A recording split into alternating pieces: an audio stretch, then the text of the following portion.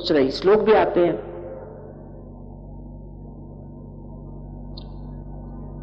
मानसिक स्थिति बहुत लोगों को खराब है। आजकल एक बीमारी चली है स्ट्रेस, जो देखो उसे स्ट्रेस। स्ट्रेस क्यों होता है? क्योंकि आप जब कार्यान्वित होते हैं तो आपके अंदर अहम भाव बढ़ता है और वो सर पे छा जाता है एक शिरस्त्राण जैसी यहाँ पर। लेकिन जब कुंडलिनी जागृत होती है तो वो इस ब्रह्मरंध्र को छेद देती है और मानो एक छेद सा, जिसमें से आपकी सारी परेशानियां, आपका सारा स्ट्रेस निकल जाता है और आप महसूस कर सकते हैं कि आपके सर के अंदर से ही ठंडी ठंडी हवा आ रही। उसमें शंका करने कोई बात नहीं, क्योंकि आप ये सब हैं, यह आप ही की शक्ति है, आप ही के अंदर से ही जागृत हुई और आप ही को इसने आशीर्वादित किया। समझ लीजिए कि आपकी अपनी व्यक्तिगत मां है,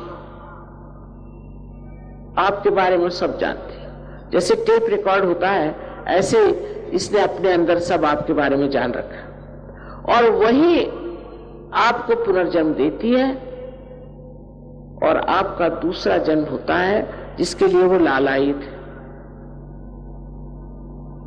इसमें हमारा आपका कोई लेना देना नहीं बनेगा, कोई भी नहीं, क्योंकि आपकी शक्ति है। अब समझ लीजिए कि एक दीप जला हुआ है और उसने अनेक दीप जला दिए, तो उसमें उस दीप का क्या लेना देना बना रहा? इसलिए इसमें कोई भी आभार किसी के मानने की बात नहीं है।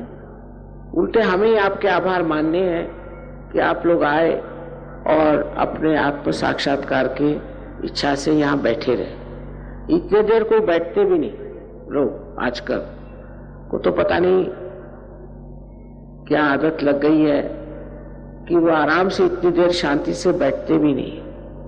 बहरहाल जो भी हो, यह आपका अपना अधिकार है। और फिर सबसे बड़ी बात जो होती है कि आपकी आध्यात्मिक उन्नति। आध्यात्मिक उन्नति का मतलब यह है कि आप एक बहुत ऊंचे दर्जे के इंसान हो जाते हैं। आपके हाथों में अनेक शक्तियां दौड़ने लग जाती हैं। आप भी लोगों को पार करा सकते हैं और आप भी लोगों को रियलाइजेशन दे सकते हैं। इसके लिए जरूरी नहीं है कि आप कुछ रुपया खर्च करें या कुछ करें। सिर्फ एक बात है कि थोड़ी नम्रता जरूर होनी चाहिए। अब हमारे जो जहां पर ये लोग प्रोग्राम वगैरह करते हैं, बहुत सर्वसाधारण तरह की जगह है। उसमें क्योंकि हम लोग पैसा ऐसा लेते नहीं ना, उसमें जैसे भी है बहुत विद्वान लोग हैं और आपको सब बता देंगे कि आपके अंदर चक्र कैसे हैं और वो चक्रों की शुद्धता कैसी करनी है और आप किस तरह से इसको पा करके दूसरों की चक्रों को ठीक कर सकते। तो आपका जो नया आयाम आता है उसे कहते हैं सामूहिक चेतना, कलेक्टिव कॉन्शियसनेस। माने आपके हाथ पर आप महसूस कर सकते हैं अपने चक्र और अपने ही हाथ पर आप दूसरों के चक्र भी महसूस कर सकते हैं। अगर आपको ये मालूम हो कि हम अपने चक्र कैसे ठीक करें और हम दूसरों के चक्र कैसे ठीक करें, बस हो गया। 1 महीने में आप अपने गुरु हो जाते हैं। आप समझ जाते हैं कि आपके लिए कौन सी चीज ठीक है और कौन सी नहीं। समझ नहीं जाते, ये आपके अंदर ये बैठ जाता है। जैसे कोई चीज है वो ठंडी है कि गर्म है, ये आपके नस नस में आप जानते हैं, आपके सेंट्रल नर्वस सिस्टम में आप जानते हैं। इसी प्रकार आप जान सकते हैं सत्य को। आप अपने उंगलियों पे, फिंगर टिप्स पे जान सकते हैं। ये आपके अंदर सब बना हुआ है। जैसे एक ये बना हुआ है इंस्ट्रूमेंट है, लेकिन अगर इसका कनेक्शन मेन से नहीं हुआ तो ये बेकार है। इसी प्रकार आपकी भी कोई विशेष हस्ती नहीं है, पर जब उस परम चैतन्य की शक्ति से एकाकारिता साध्य होती है, तब आश्चर्यचकित आप होंगे कि आप हैं क्या। आपको अपने बारे में कुछ कल्पना ही नहीं है, और उस बार जो आपको एक चैन, शांति, यहां तक ऐसा आदमी बहुत कार्यशील हो जाता है, डायनामिक, और उसी वक्त वो बहुत ज्यादा भी प्रेमी, मोहब्बती, कंपैशनेट हो जाता है। उसके आगे सिर्फ एक ही बात रहती है कि मैं किस तरह से सबका भला कर सकूं। बड़ा आनंद आता। इसके लिए कोई किताबें पढ़ने की जरूरत नहीं है, कुछ नहीं है। बहुत से लोग कहते हैं मां आपकी किताब दे दो, मत पढ़ो।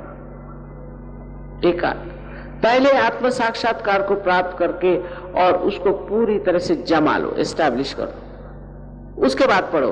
कबीरदास जी ने कहा है, पढ़ी पढ़ी पंडित मूर्ख भये। इस पूना में ही मैंने ऐसे बहुत से देखे हैं, औरों की क्या कहूं।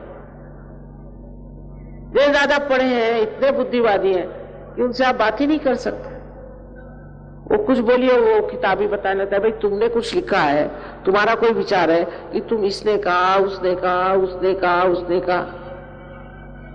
लेकिन जो चीज आपके भले के लिए, जो आपके हित के लिए है, बेनेवोलेंस के लिए है, उसको, उससे क्यों मुंह मोड़ा जाए, उसको क्यों न पा लिया जाए। ये मेरी समझ में नहीं आता था, पर अब देखती हूं कि लोग समझ रहे हैं, और समझ रहे हैं कि हमारी जिंदगी जो है वो किसी न किसी विशेष रूप के लिए बनी हुई। इसलिए नहीं कि पैदा हो और बच्चे पैदा करो और उसके बाद इंश्योरेंस करो और मर जाओ, इसके लिए नहीं। इससे कहीं अधिक हमारी जिंदगी का मूल्य है, और उस मूल्य को हमें प्राप्त करना। मराठी में भी, हिंदी में भी, अंग्रेजी में भी, जो भाषाएं आती, लेकिन ये लेक्चर भी जो है एक तरह से दिमागी जमा खर्च। जब तक आप उस परम तत्व को प्राप्त नहीं करते, तब तक सब बेकार। इसलिए आप अपने अंदर ये इच्छा रखें, शुद्ध इच्छा इस वक्त रखें। एक ही है शुद्ध इच्छा, बाकी तो अशुद्ध है। क्योंकि कोई सी भी इच्छा करो, आज किसी ने इच्छा करी कि मैं एक मोटर खरीद लूं, खरीदी मोटर, कुछ नहीं, फिर मुझे घर चाहिए, फिर घर मिल गया तो अब मुझे एरोप्लेन चाहिए, एरोप्लेन नहीं तो फलाना चाहिए। वो अंत ही नहीं होता। इसका मतलब आपकी जो इच्छा थी नहीं, वो आपकी इच्छा ही पूरी नहीं होती। इकोनॉमिक्स में कहा जाता है ना कि wants are not satiable in general, वही बात है। तो वो कौन सी वांट है, वो कौन सी डिजायर है जो संतुष्ट होती है? वो शुद्ध इच्छा, इस परम चैतन्य से हमारी एकाकारिता साध्य। और फिर उसके बाद स्वयं आप देखिएगा कि जिसे हम चमत्कार कहते हैं, हजारों चमत्कार होंगे। और आप मुझे लिखकर भेजते हैं कि माँ ये हो गया, फिर ऐसा हो रहा था तो मैं पता नहीं कैसे मैं बच गया, फिर ऐसा हुआ, फिर वैसा हुआ। यानी इतना लिखा है लोगों ने। पहले हमने सोचा था चलो किताब ही छाप दें, तो अब वो किताब के उसके तो वॉल्यूम्स छापने पड़ेंगे। मैंने कहा छोड़ो, काहे को छापना, लोगों को अनुभव ही करने दो इसको, कि आप कितने सुंदर हैं, आप कितने गौरवशाली, और आपकी कितनी विशेषता है, इसको खुद ही जानो। जब तक आपने अपने अंतरतम को जाना नहीं, और जब तक बाह्य से ही उसको जानते रहे, तब तक आप समझ ही नहीं सकते। और उसके लिए आपको खास कुछ करना नहीं, क्योंकि इस पवित्र भूमि पर आप बैठे हुए हैं।